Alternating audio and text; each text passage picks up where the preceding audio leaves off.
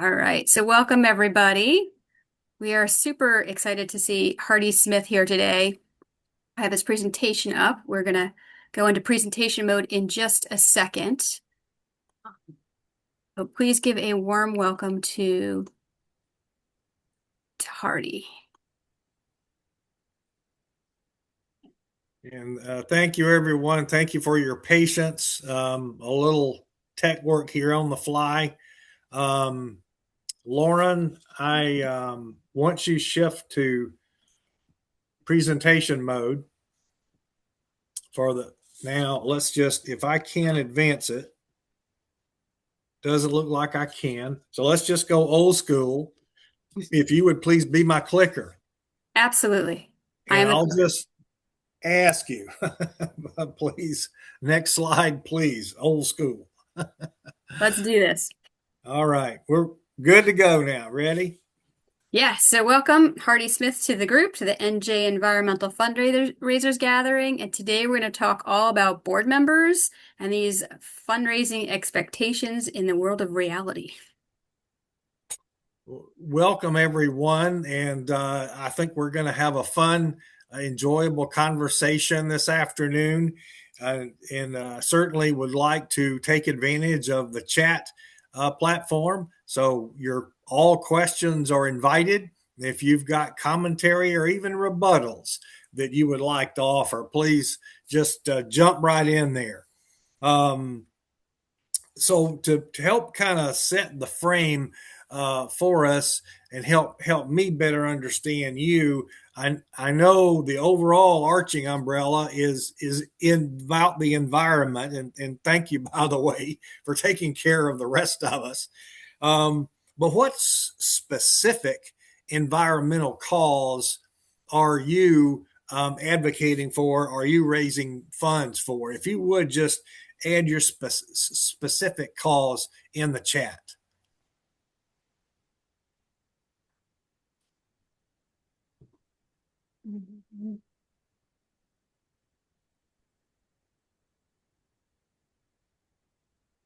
All right, so we can see. Let's see. Thank you. Um,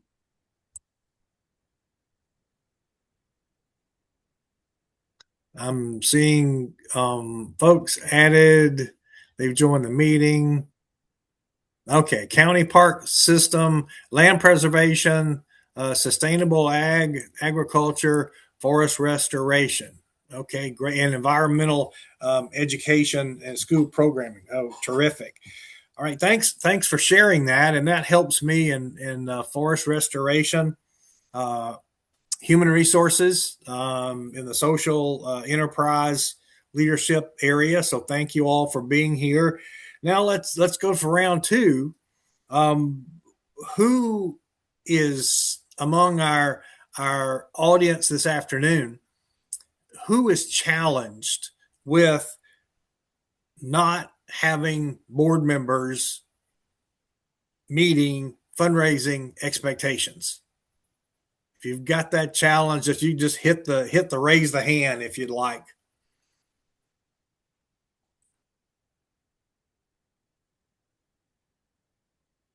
All right, seeing a couple of hands here.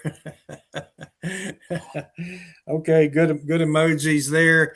All right, and two, for those of you who are fortunate and who have board member fundraising expectations, um, and they're being met, I'm going to suggest to you pay attention, because exactly what I'll be sharing to help those who have the challenges, um, this will help. This afternoon will help you ensure that your fundraising money generating board will continue to meet expectations. Um, your board has many ideas but limited action. How familiar is that? So that's a really good one, Denise. Thank you. Um, so let's start out with the first nugget for you. If you want board members to be fundraisers, and they're not, if you want board members to be fundraisers and they're not, you probably have the wrong people on your board. Okay.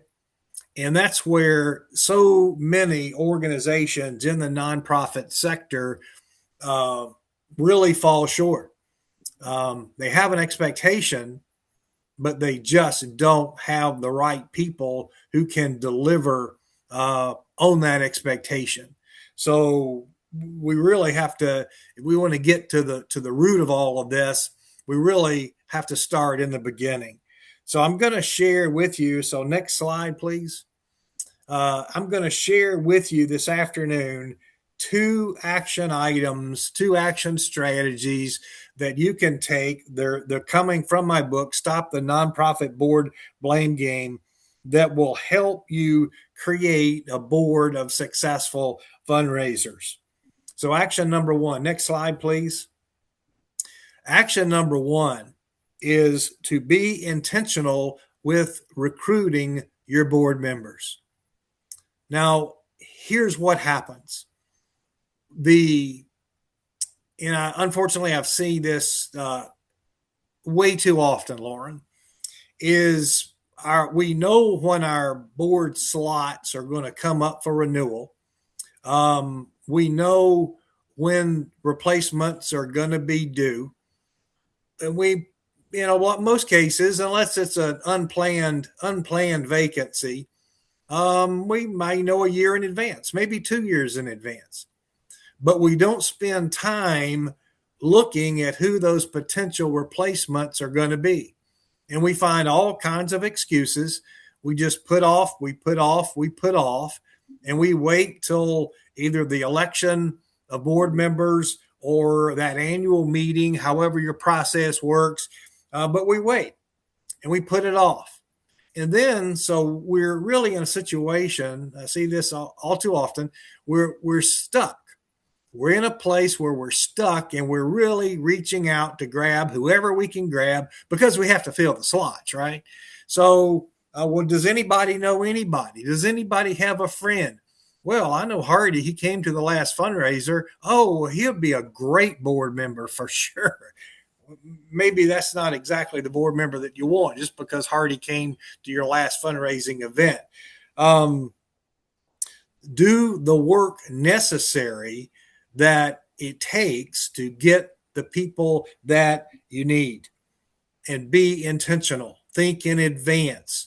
So think about who it is that you're going to need. So the first thing in doing the work necessary is consider the what. The what. And for every organization, this is going to be different. But if everyone is wanting your board members to be fundraisers, what are the expectations that you have? And be as specific, having a hard time with that one today, Lauren, as possible. So what background do you want them to have? What experience do you want them to have? Any particular skills that you want them to have? So the what, and have that defined by the organization, by the staff, by the board. And then once you have the what identified, start building a list of the who. The who. And I'm a big sports nut. I really like keeping up with college sports. I like recruiting, the recruiting that's involved in college sports. I'm not going to get into a sports rabbit hole with you this afternoon, but the bottom line is top successful programs, collegiate programs in any sport, are going to know well in advance who their prospective recruiting targets are. So my suggestion is literally keep a notebook, keep a whiteboard of who your prospects are. And the more names you can have on that list, the more opportunities you've got for successfully identifying those potential candidates who will be the candidate for your organization. Does this make sense? Okay, good. See heads nodding. That's great. Thank you. The second tip for being intentional with recruiting is recruit to the cause. Now, this may be a no-brainer, but I just want to not assume anything here. So, my suggestion would be a passion for the environment, capital letters overarching, the environment. That's a prerequisite. But each one of you shared, you have your own particular causes, your niches in the environment that you're working to save and sustain, right? Well, the environment is good. Now start going deeper and deeper and deeper. So if your organization is all about clean water, the potential board member who has a philanthropic history of raising funds, giving money to deal with forest restoration, that might not be the best candidate for your clean water organization. Does that make sense? So the more you can narrow down and get deeper and deeper and deeper with these particular individuals, the more successful you're going to be. When I'm sharing with other organizations, quite often I'll mention, well, if you have your cause is environmentally related, but your potential donor has a history of, let's go outside the environment, has a history of supporting activities for young people, for kids. Well, okay, that's great. However, that's not, the environment's not their number one priority. So go for the number one. You want to be their number one. So let me ask a question here, and if you just do the hand raising thing, if you would. Who this afternoon utilizes donor research techniques and platforms to identify potential donors? Denise says no. Lauren says yes. Anyone else? I'm not seeing hands across the board. All right. Well, here's a quick educational sidetrack for you. Those the people, the professional fundraisers, somewhat karaoke. Eric says yes, thumbs up. All right, thank you. Those in the fundraising sector who utilize donor research know that it is heavy on due diligence. What's the individual's background? And it's amazing that how much information you can pull up online. It's just totally amazing that what's there without a whole lot of effort. And you don't have to buy well, if you're heavy into donor research, yeah, you probably have to invest a little bit to make some money. But for board member recruiting, apply the same mindset, the same discipline of a donor researcher. So what all does that mean? What's their history? What is the individual's philanthropic history?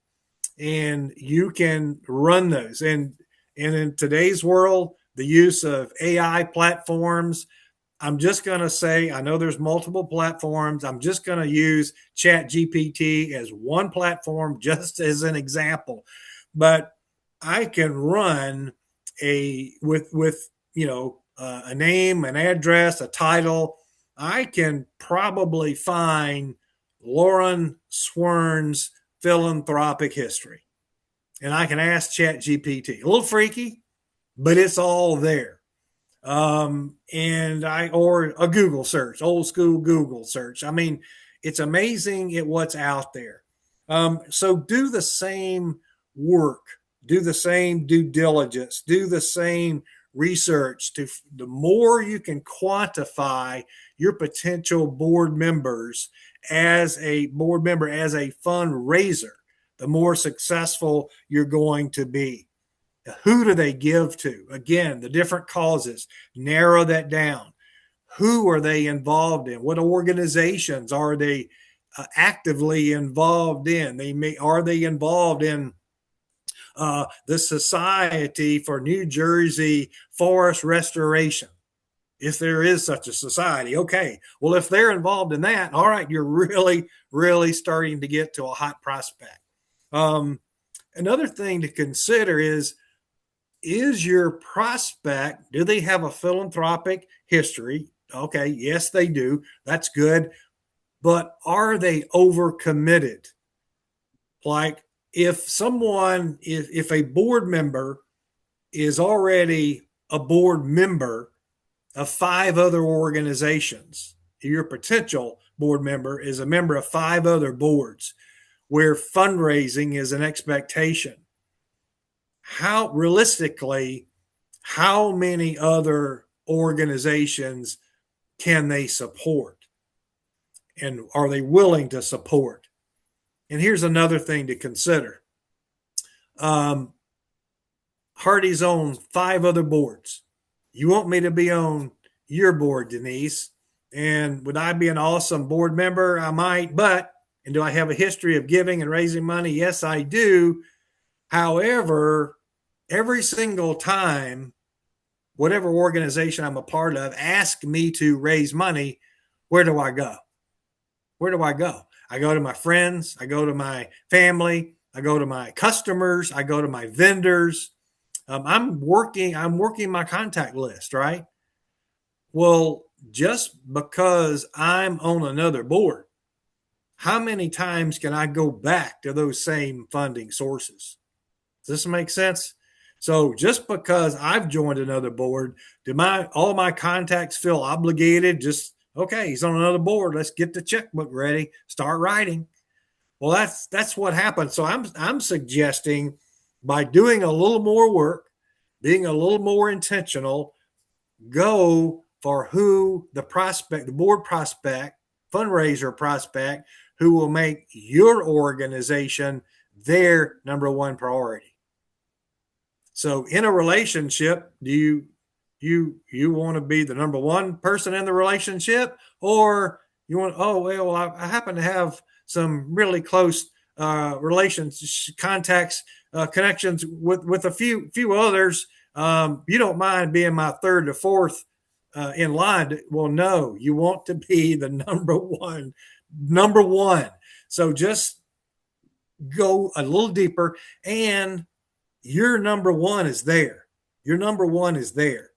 And the reason we don't end up going to the number one, it's too easy for us, and we take the easy way out as the sector goes.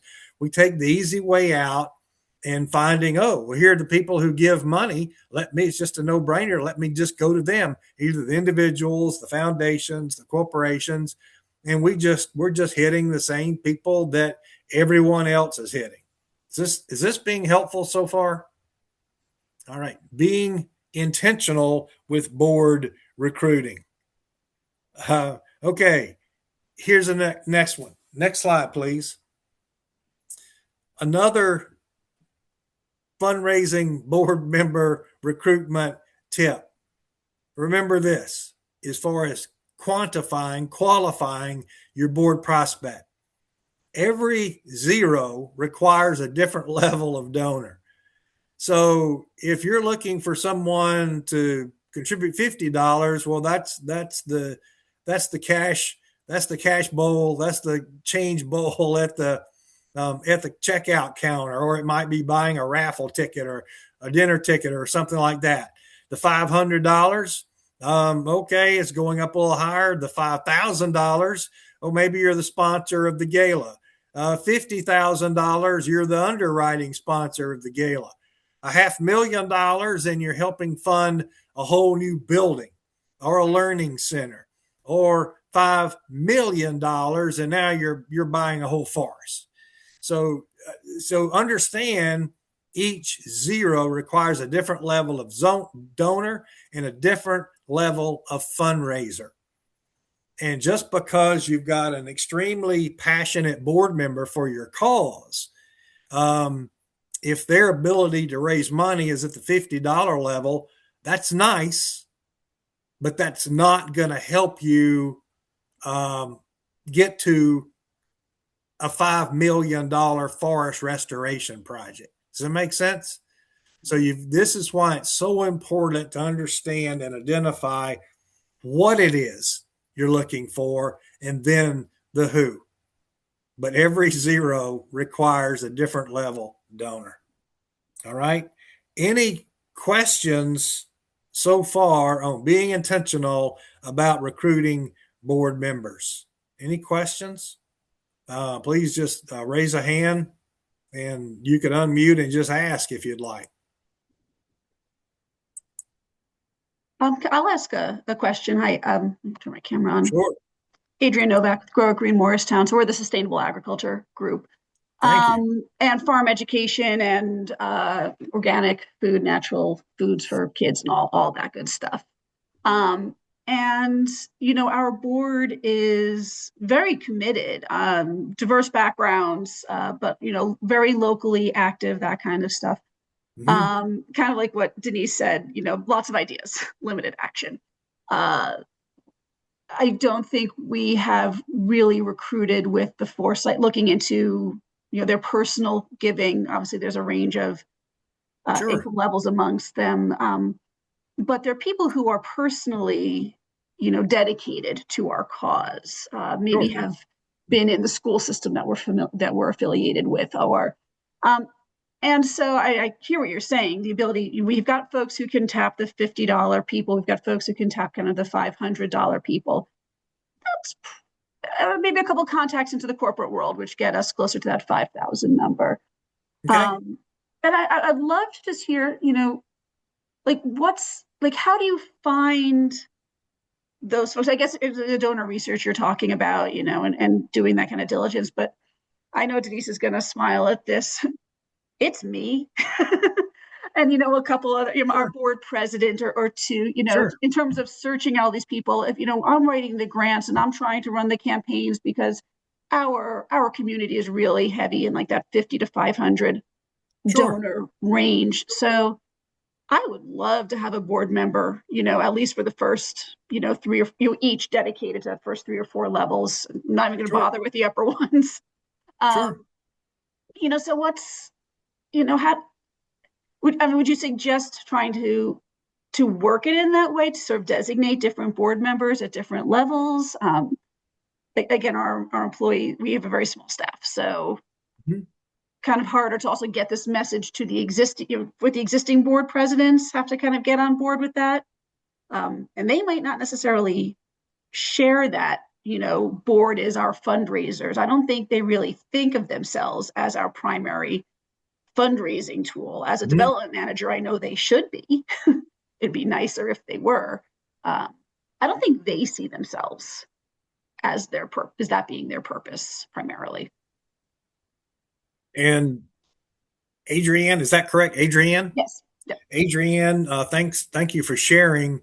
Not uncommon, probably more common than not, as far as what you're describing. And remember, there are over 1.5 million nonprofit organizations in the United States. And that's the nonprofit social service sector. That's the association group. That's the chambers of commerce. So it's 1.5 million. And that's a lot of fundraising activity potentially that's going on. Here's some quick basics. Your needs are your needs, and your approach is your approach. How you go after things, the level of asking and giving that you're interested in reaching, that's all, whatever yours is. Don't worry about comparing your group to another group. Now, if there's a model out there you're trying to learn from and replicate from, okay. But I'm just saying, don't put judgment on yourself and your organization and your board members. And you might have some psychic abilities here too, because I'm getting ready to share with you exactly how to do what you want to do. It's always fascinating to me.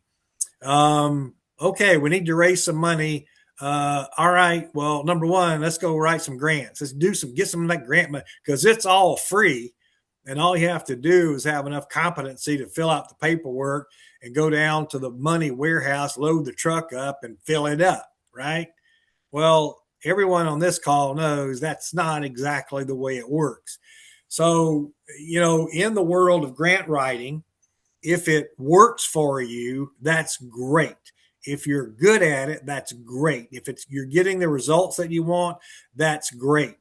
However, again, we all know it's not just peaches and cream.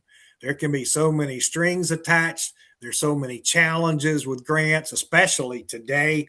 If the grants are government funded, those just be careful not to go into much of a side tangent here, but I know some of you are bound to be feeling the pain of government related grant funding opportunities right now. Another thing to remember is, okay, well, let's go raise some money. And the typical response is, well, sure, I know the top businesses in the community, the area, the state. Let's go hit up the corporate people. Okay, that's great. So grants and corporations. All right, well, wait, how about the foundations? There are foundations that are out there. Okay, great. Now we're talking about grants, corporations, and foundations. None of those three are included in the number one spot for top giving. What's the top category? Individuals. Yep. Individuals.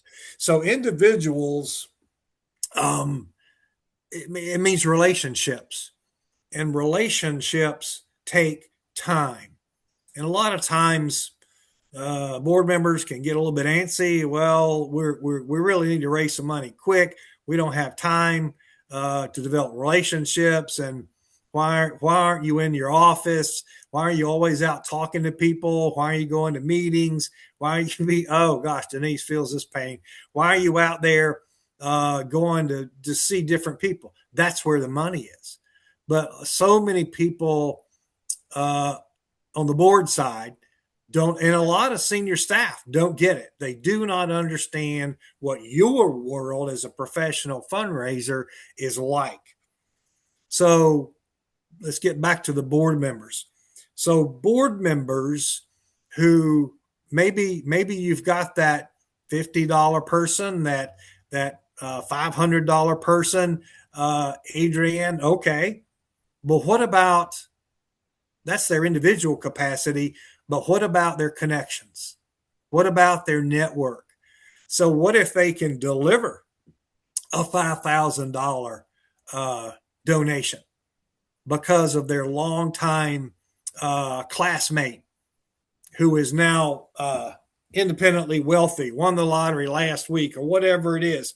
So, individual connections are so huge. And so let me get, I promised Adrienne I was going to come take care of her a little bit, and maybe everybody else. So action item number 2, if you would do the slide, please, Lauren. Action item number 2 is get clarity and acceptance on fundraising expectations. And Adrienne, see if this sounds familiar. And I'm not pointing the finger at Adrienne's board. What, or others like it. What the challenge is, it's amazing. I'm writing a blog article right now about the knowledge gap for nonprofit board next chairs. And it's amazing at the knowledge gap that's there, for board knowledge of roles and responsibilities. A whole lot of research around that. Board Source has done some really good research around that. And it's a major issue. Well, if they don't know what they're supposed to do, and you're just sitting around waiting for someone, your group collectively, to be inspired to start, hey, why don't we go raise some money? That probably doesn't really come up very often. Maybe it does every now and then. But let's help fix that. So get clarity and acceptance on expectation. Two big mistakes I want to share with you right now. The first one is assuming board members are obligated to raise and give money. Next slide.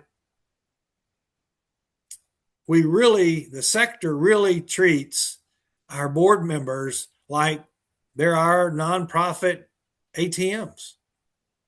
How realistic is that? I mean, how realistic is it that nonprofit organizations think of their board members this way? Unfortunately, it's very realistic. I don't agree with that assumption, but it's very realistic. So how can you deal with this? Is get that clarity. And so next slide, please.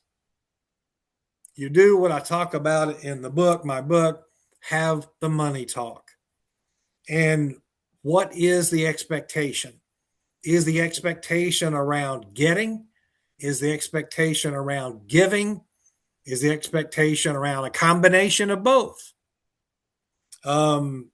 I've worked with organizations where the board, Adrienne, you might appreciate this. The board really, it had capacity to do more personal engagement and direct fundraising. However, they said no, they weren't comfortable with doing that. They were kind of at a level and they weren't comfortable with going beyond the level where they were. I said, great. It's good that we're clarifying where everybody is. So you want this expansion for the museum. Yes. You know how much the projected cost is. Yes. So the board has said it's not really going to take a major role in raising the funds. Yes. But you want this project. Yes. So by default, what you're saying is make sure we're in agreement. You want the staff to come back to the board with a plan for raising the several $million you want to build the museum expansion you want. Yes. Okay, great. So now the board's role in fundraising is really to support the budget change that staff is going to bring back. And it could be paying for a professional fundraiser or adding someone on staff who has fundraising experience. It could be that software program for donor research. But now the board is in here's what we want. We're not going to be very active in raising dollars ourselves, hard dollars, but we're going to support what you want to do. That could be a situation, Adrienne, that might help you. So getting clarity and acceptance. When should that conversation start? Would anyone like to share? Just unmute and share. When should that conversation, the money talk, when should that start? Probably as soon as possible. Yeah, during the recruitment phase, Mm-hmm. when you're talking to them. Yeah. All right. So hearty high five all the way across the board. Yes, as soon as possible and in the recruitment phase. Now, that conversation all too often does not happen. Any suggestions, and if you've got some good ones, please unmute and share. Any suggestions on why that conversation doesn't happen? You don't want to scare them away. They're interested in joining your board. Yay, right? They're like, okay, I've got someone who's going to help in some way. We don't want to ask them for money. They might say no. I think that's hit the nail on the head. So we're recruiting Lisa. We know she would be a good board member, but we don't dare have the money talk conversation with Lisa. What we're going to do is we're in this relationship, and the relationship's kind of, think about this. Okay, you've been kind of looking for a prospect to have a personal relationship with, and time's kind of going by. You're kind of running out of prospects, and okay, not meeting very many people that qualify to bring home and meet the family before you move forward. Okay, we're not quite. So okay, I got one. I finally got one. And there are these expectations. There are these things they've got some faults. Let's just say they've got some faults. But you know what? If I get them to the altar and I get the I do, I can fix them later. Happens a lot. How often does it work out in a happy way? Doesn't, does it? Well, in the world of recruiting board members, if you're not having that conversation in the dating phase, the recruitment phase of what's expected, and you spring it on them as a last after that first meeting, they've said I do, they've been voted in, and now that's bait and switch. So if you're in the marketing business and selling cars, appliances, or real estate, that's bait and switch, and it's illegal and you can go to jail. So now if our new board member, Lisa, is on board and now how does she feel? Well, Lisa, let's just ask Lisa. Lisa, how would you feel if we pull this bait and switch all of a sudden there are these requirements, expectations that you didn't know you had? How would you feel? I wouldn't feel so good because I should have been told that up front before I joined. 100%. And to take what Lisa just shared even deeper, a trust is broken. Yeah. A trust is broken. So when you're in that room full of board members, if you feel like a trust has been broken, what kind of relationship do you think you can have with the staff, with the other board members?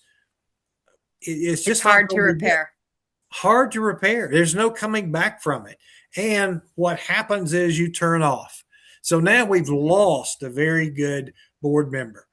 And her motivation, because a trust has been violated, she's just not happy at all. How engaged do you think she's going to be in jumping in to a major capital campaign to raise funds for her new nonprofit? Not very motivated, right? Pretty low. Sorry, Lisa. Maybe next time you'll get treated better. So have the money talk. And that's exactly, Adrian, you're exactly right about why it doesn't happen. We're afraid Lisa is going to say no, and then we have to start all over finding someone to fill that slot. B is when you're having the money talk, narrow it down as much as possible. Again, repeating, is it about getting? Is it about giving? Is it about both? Is it about advocating for funding? So, I would imagine in the environmental sector, government program funding, grant funding is so very important. Those state budgets, city budgets, county budgets, national budgets. So what if you've got a very passionate board member that you want to bring onto your board, a very passionate individual, doesn't have the personal capacity again for the getting or giving, but because of their passion, you cannot tell that person no. They are unrelenting bulldogs and walking the halls and buttonholing any staff member, any elected that they can find, and being an advocate for the funding that your organization needs, or even maybe regulatory type help that your organization needs. Does that make sense? So think about this. There are lots of different definitions of fundraising currency. Doesn't have to all be cash. It doesn't have to all be cash, okay? But still can lead to the same result. So let me just ask, and if you would, please just unmute. Is there anyone who would care to share how you and your organization ensures that there is clarity and acceptance for fundraising expectations? Anyone? I think in our packet that we kind of provide people when we're first talking to them, We give them the responsibilities of a board member. And in that, it does talk about a personal contribution as well as outreach to their network, those kinds of things. Because we also send the mission, the vision, the impact statement, those kinds of things to make them familiar. And then one of our board members is our kind of recruitment person, and he follows up with a phone call. But I think that initial, let's say, packet of information kind of helps set the tone a little bit. Okay. All right. And Denise, thanks for sharing that. And it sounds like your group is doing better than so many other organizations, Well, I because think we have room to typically, grow too. typically what happens is here's the board manual. Back to Lisa. Lisa, here's the board manual, and just look over this. And if you have any questions, let us know. And there is no follow-up call. There is no follow-up one-to-one. So Denise, you're doing way better than so many others, and not having the proper orientation and, at the outset. So there's the money talk early on. There's the proper orientation, and then there's the continuous training, if you will. And the thing I really love about the environmental sector, oh my gosh, this is like, is it okay with environmental folks to say shooting ducks in the pond? I don't know if that's a good thing to say with environmental folks or not. Let's just say what would make it really easy for me if I were raising money in the environmental area is you have so many opportunities to get board members out into the environment. So a walk in the woods, to see the forest, to see the seedlings, to see the replanting, to see what's happening. You can see, you can touch, you can smell, you can feel, you can appeal to all the senses. And remember, giving and this is all emotional. It's not with the brain, it's with the heart. It's very emotional. So the more you can make those personal touches and interactions, oh my goodness gracious. And then that story sells itself, right? And what are the consequences if this doesn't happen? And where are we? And here's that data that shows here's where we were 10 years ago, and here's where we are now, and here's what the projection is 10 years from now. What? This is the choir. Y'all know what you're doing. So, but I'm just saying you've got opportunities here that are so good. It's important. At least I forget. I've talked about clarity. It's important. Let me emphasize getting acceptance. So, yes, you have the money talk. Yes, you have the orientation. Yes, you have the board book. Listen for acceptance. And if someone is listening to all of your expectations, you're doing a great job with that. But for whatever reason, they just don't feel comfortable. They don't feel like they have the personal agency to be involved with your organization. Their plate is full for whatever it is, and they decline. Don't push a no to a yes. Write that down. Don't push a no to a yes for board prospecting. Why? Because they've already told you they can't do what you want them to do. So they can't do and won't do what you want them to do. So all you've done is like when your HR department says, don't hire a problem, you've just hired a problem. And now you're going to have the frustration that keeps so many nonprofit leaders up at night worrying about those board members who don't do what they're supposed to do. Don't push a no into a yes. That individual may come back later and say, hey, you know what? My plate is cleaned up. This cause is really important. Would there be an opportunity to be involved? So now you haven't lost someone. Here's some quick tips to remember. Good board members, I want you to pay careful attention to this. Good board members do not automatically make good fundraisers. And I should say good governance board members do not automatically make good fundraisers. And good fundraisers do not automatically make good governance board members. Governance is the number one priority. It is the number one job function. It's job one for any nonprofit board and board member. Fundraising, I don't want to start a big debate here, but fundraising is not a part of governance. It's just not. But our sector, that gets back into the assuming, we just figure that, okay, you're on a nonprofit board, you know you're supposed to raise money. That's the expectation. And we haven't had that talk in advance, and that's where it starts going after off the rails. Another nugget to consider: not everyone is willing to ask someone else for money. Money is very personal. And that's why they have you. That's why the CEO has you. That's why the other staff people on your team have you. That's why your board has you. You're the fundraiser, and they don't have to do it. They have you.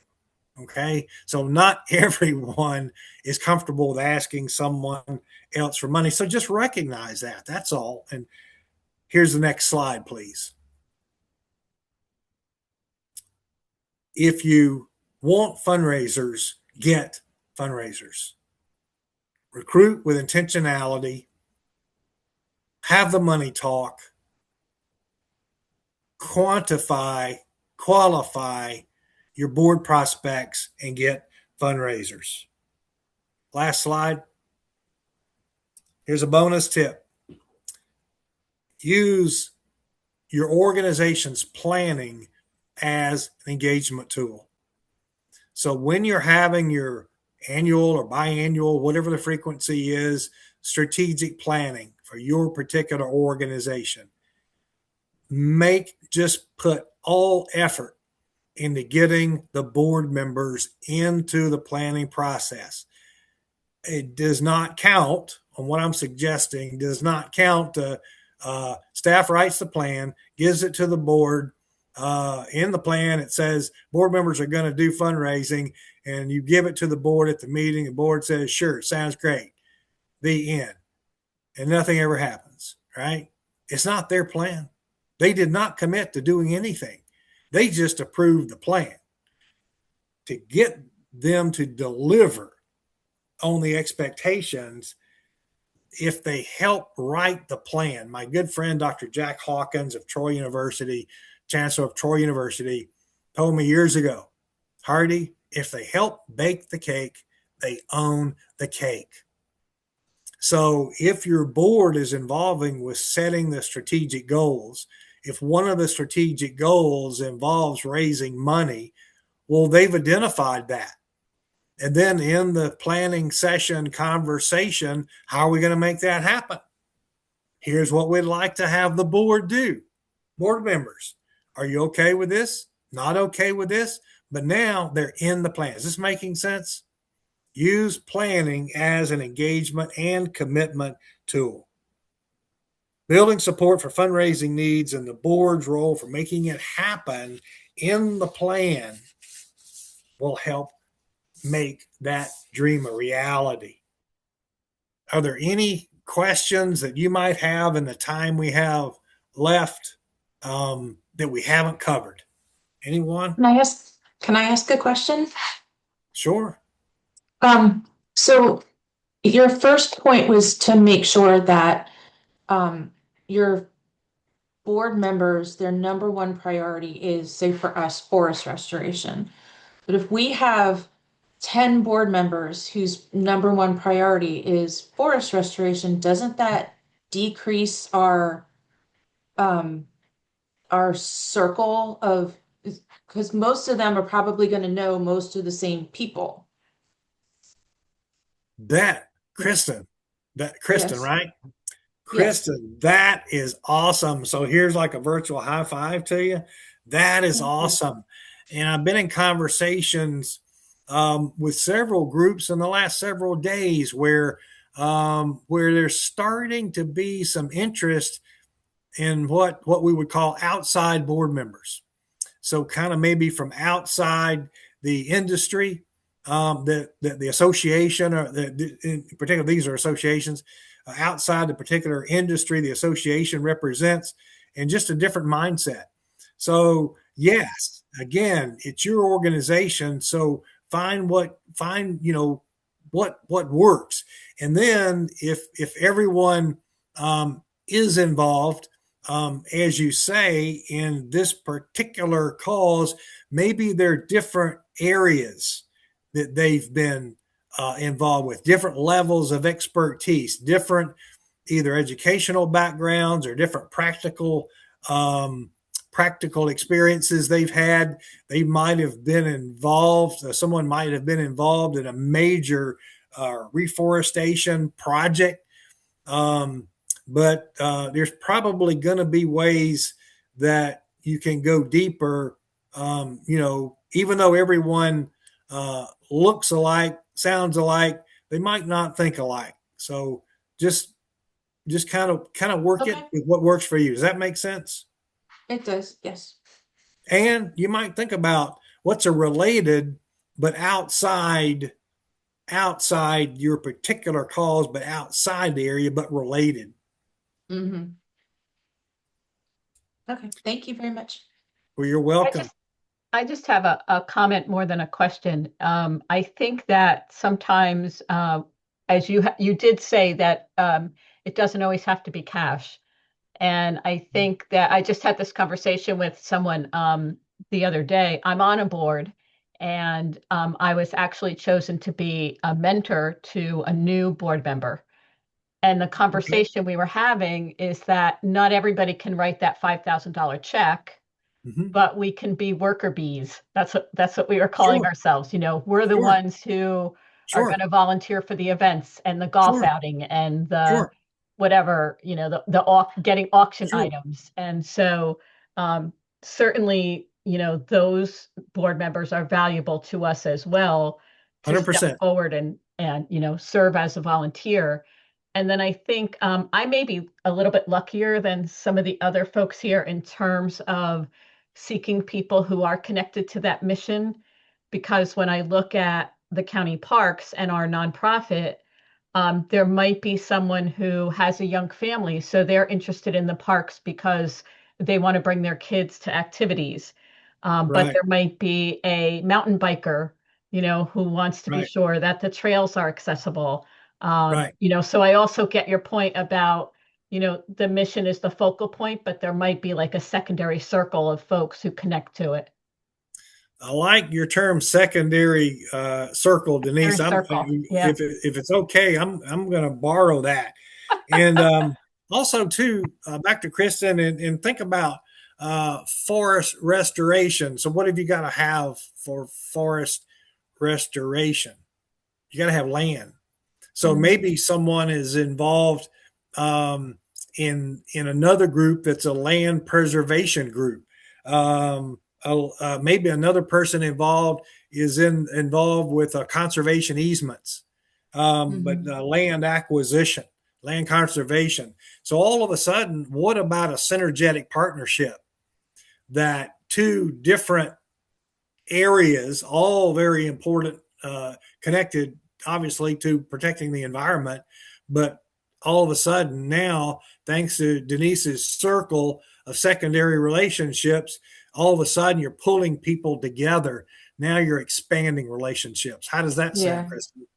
No, I like that. And we do a little bit of that. Yeah. Okay, great. Well, folks, thank y'all for attending this afternoon. If you'll apply these two actions, you will develop an opportunity that will embrace a fundraising board and board members and embracing a fundraising responsibility. Thank you all, and all the best to you. What you're doing is incredibly important. Thank you.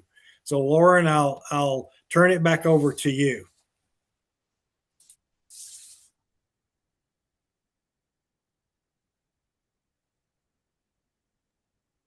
Lauren, you were on mute. Thank you for letting me know that. I appreciate that.